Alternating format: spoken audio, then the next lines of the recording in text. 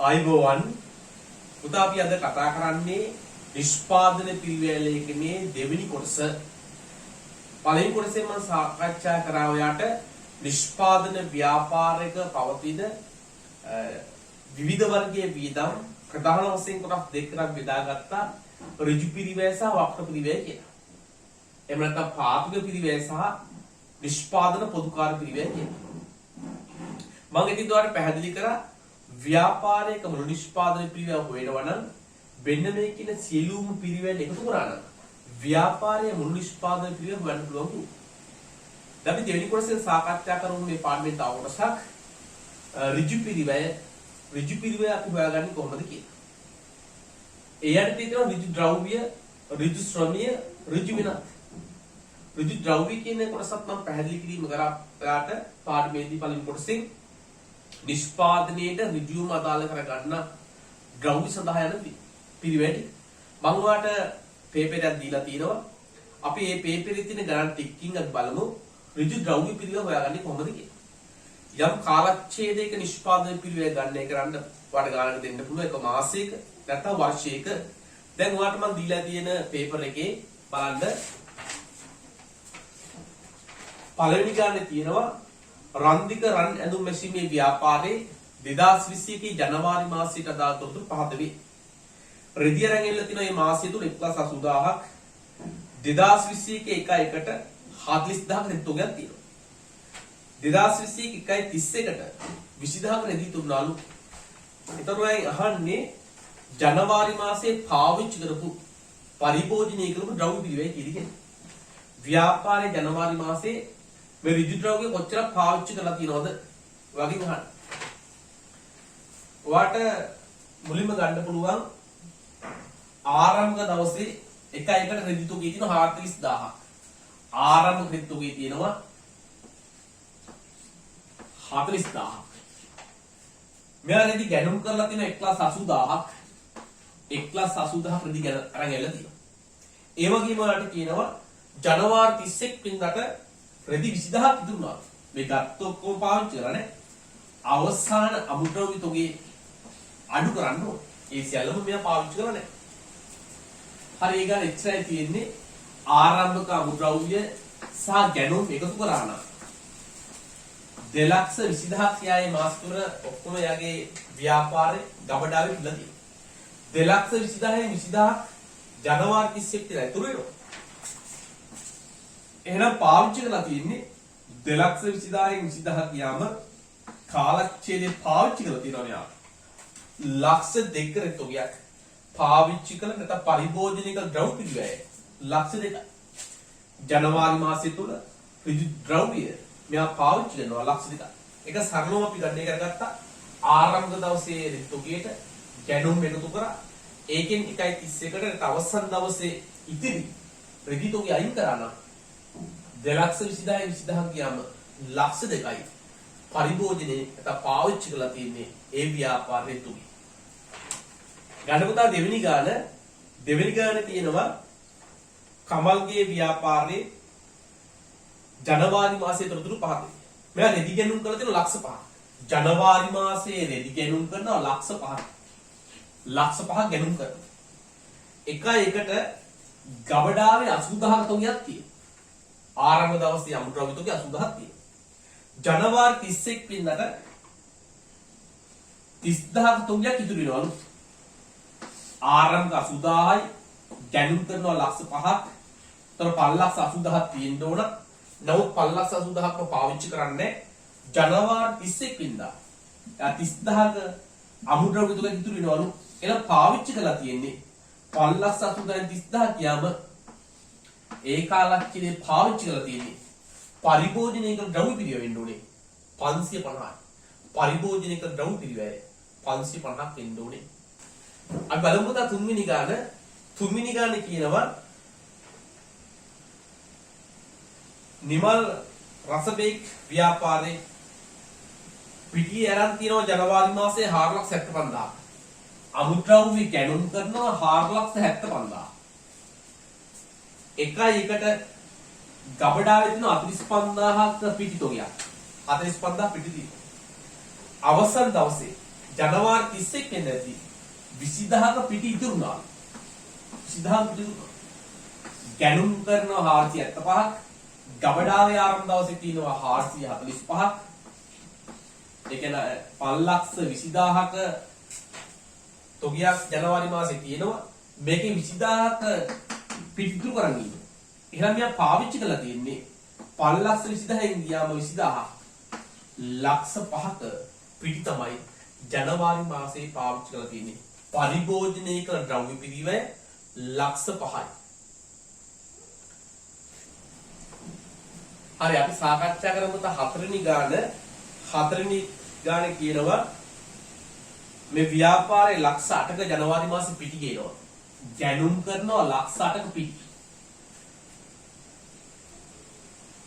ආරම්භ දිනට පිටි දින 70000ක්. ආරම්භ දවසේ ගබඩාව 70000ක පිටුගයක් තියෙනවා. පිටි ගෙනීමේ කුලි 30000 ගිලා තියෙනවා. ලක්ෂ 8ක පිටි ගන්න ඇති කොළඹින් හරි කොහෙන් හරි මේක ගෙනීමේ විනුත් යනවා. එහෙනම් ඔයාලට සිද්ධ වෙනවා මේ ගැනුම් වලට ගෙනීමේ කුලිය උතුරන්න. ගෙනීමේ කුලි 30000 ගිලා තියෙනවා. ලා ගැනුම් වලට පහලින් ගෙනීමේ කුලිය උතුරන්න. ඒකත් ව්‍යාපාර දාලා තියෙන වියදම. ජනවාරි 31 වෙනිදාට පිටි ඉතුරුලා තියෙනවා 50000. එහෙනම් ගබඩාවේ රුපියල් 50000ක පිටි තොගයක් ඉතුරුලා තියෙනවා. අපි බලමු පාවිච්චි කරපු තොගේ පිළිවෙයි කීයද කියලා.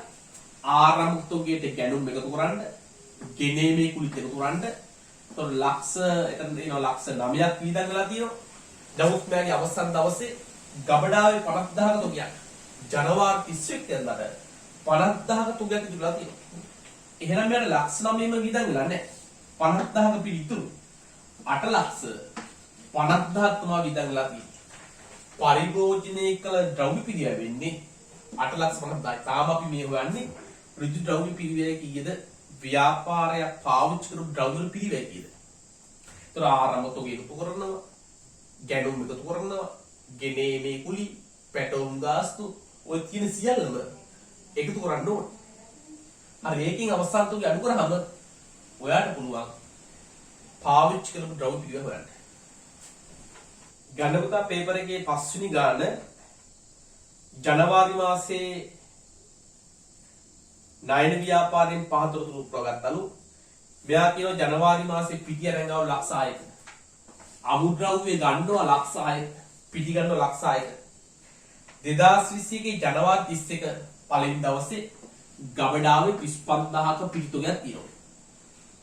පිටි ගෙනීමේ කුලිය ගත්ත තැන ඉඳලා ගේන්න මෙයාට කුලිය ගිහින් තියෙනවා 20000. ඒක ගැනුම් වලට එකතු වෙන්න ඕනේ. පැටවුම් ගාස්තු. ତර මේවා ගන්නකොට වාහන වලට පටවන්නත් ගාස්තුවක් කියලා තිබේ. ඒකත් තියෙනවා. පැටවුම් ගාස්තුවත් එකතු වෙන්න ඕනේ. ගත්ත පිටි වල මොනවා හරි සවුත් වෙලා තියෙන්නේ නැති මේකෙන් තුගයක් ආපහු සියවලා තියෙනවා. ඒතර ඒක මගේ වීදමටයි තියෙන්නේ මගේ බාන්න ආපහු සියවලා. එහෙනම් ඔයාලට සිද්ධ වෙනවා ආපසු යවුම් ටික අඩු කරන්න. ආපසු යවලා තියෙන 10000ක තොගය. ඒක මේ ගැනුම් වලට පහලින් අඩු කරන්න ඕනේ. ඒව ගත්තට මට වීදමක් නෑ මම මේ බාන්න ටික ආපසු යවනවා. ජනවාරි 31 ඉඳලා ව්‍යාපාර ඉතුරු වෙනවා 20000ක පිටි තොගයක්. ඒක පාවිච්චි කළා නේ. එහෙනම් ඒකත් කාලක්‍රීය වීදමෙන් අඩු වෙන්න ඕනේ. ආරම්භක ගැනුම් එකතු කරන්න, ගෙනීමේ කුලි පැටවුම් ගාස්තු එකතු කරන්න, ආපසු යවුත් ඒ ටික අයින් කරන්න ඕනේ.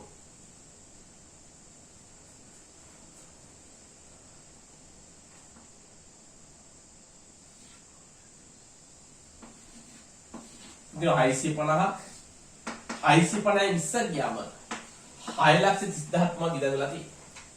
පාවිච්චි කරපු ද්‍රව්‍ය පිරිවැයනවා 6,30,000ක්. හරි ගන්න පුතා 6 වෙනි ගානේ කියනවා කරීනාගේ ඇඳුම් මැසීමේ ව්‍යාපාරයේ තොරතුරු ටිකක් දීලා තිනවා. දැන් ඔයාලට කියනවා පාත්ම පිරිවැය සොයන්න කියලා. ඍජු පිරිවැය සොයන්න. පාත්ම පිරිවැය.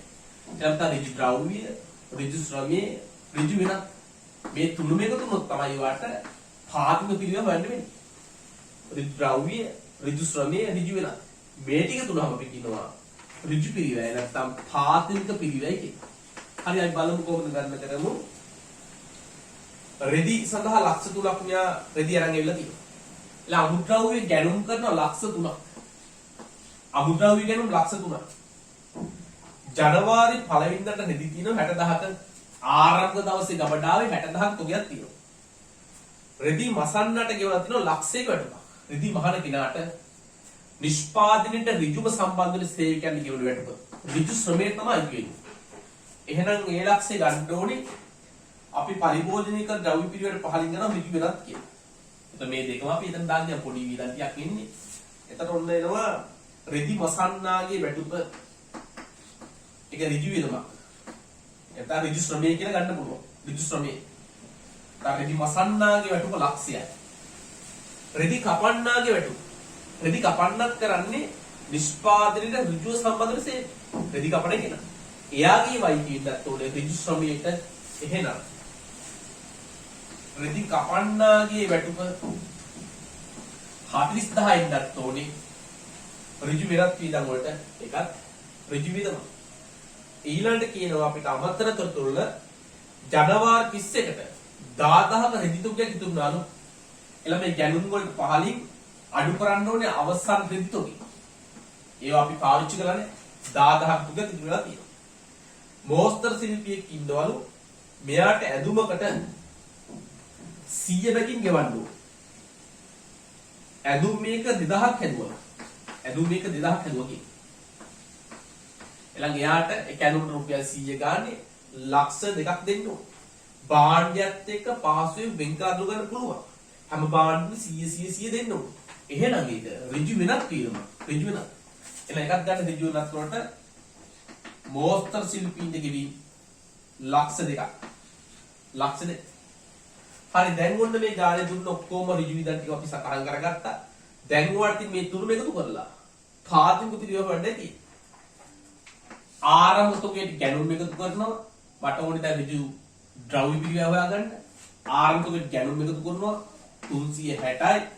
ඒකෙන් 10000ක තුගයක් ඉතුරුලා තියෙනවා. එලා 360න් 10ක් ඉතුරුයි. පාවිච්චි කරලා තියෙන්නේ මෙයා 350ක තොගයක්.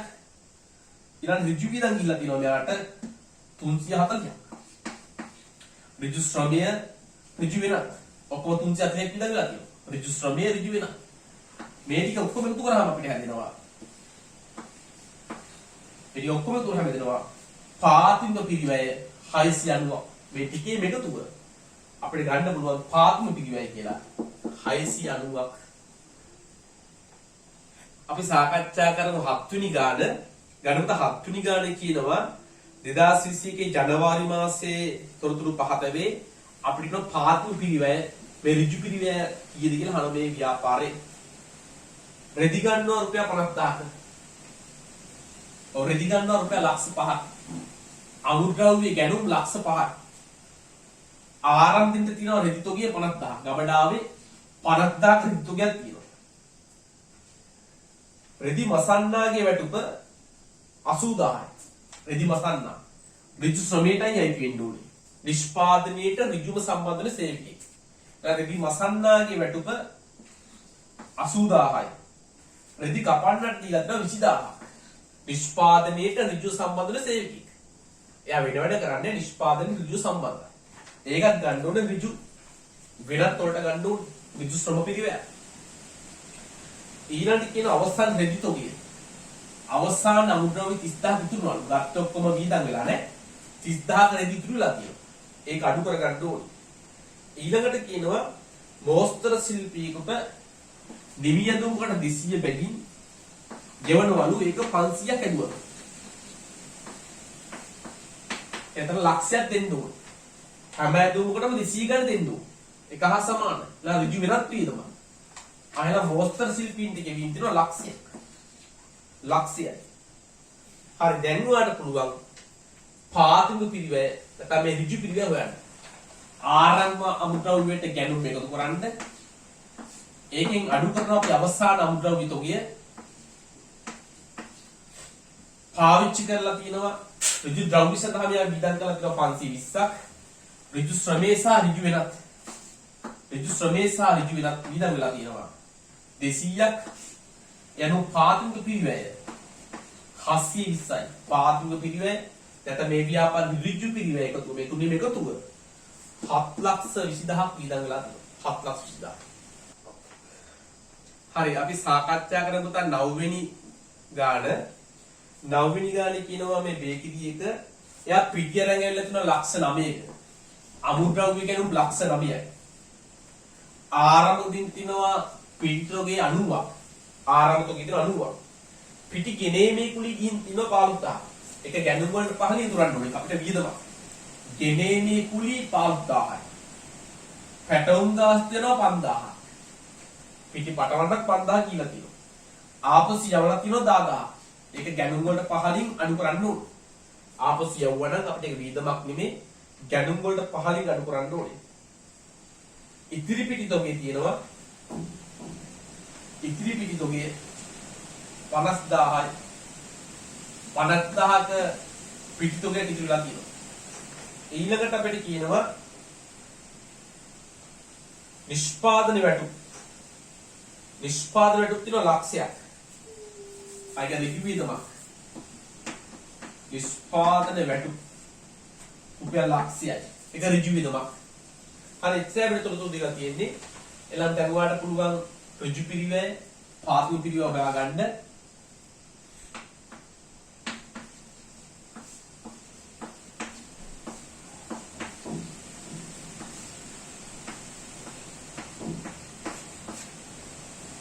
ඒකාලච්ඡේදේ ව්‍යාපාරයේ දරලා තිනවා ඍජුවම පාතිකම දරලා තිනවා පාතු පිරිවැය 1050ක්.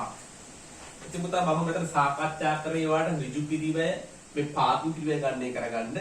නිෂ්පාදන පිරිවැය තුන්වෙනි කොටසේ බලාපොරොත්තු වෙන සම්පූර්ණ නිෂ්පාදන පිරිවැය යක් හදන්න. මම ඔයාලට සම්පූර්ණ නිෂ්පාදන පිරිවැය පුතින් දැන් එවනවා. ඔයා ඒකත් රූල් කරගන්න. අපි තුන්වෙනි කොටසේ සම්පූර්ණ නිෂ්පාදන පිළිවෙල ඉගෙන ගන්න. ගැටලු තියෙන අය මට කතා කරලා අහන්න පුළුවන්. මම ඇත්තට මේ පාඩම ලොකු පාඩමක් වුණත් තාමත් විනාඩි 20න් 30න් මේ සියල්ලම සාකච්ඡා කරන්න උත්සාහ කරනවා. තාම කිටි කරලා ඒ නිසා උතා වෙන ගැටලු තියෙනවනේ ඔයාලට මට WhatsApp මාර්ගයෙන් හෝ කෝල් කරලා තව දුරටත් දැනගන්න පුළුවන්. එහෙනම් අපි තුන්වෙනි කොටසේ හම්බෙමු. ආයිබෝවන්.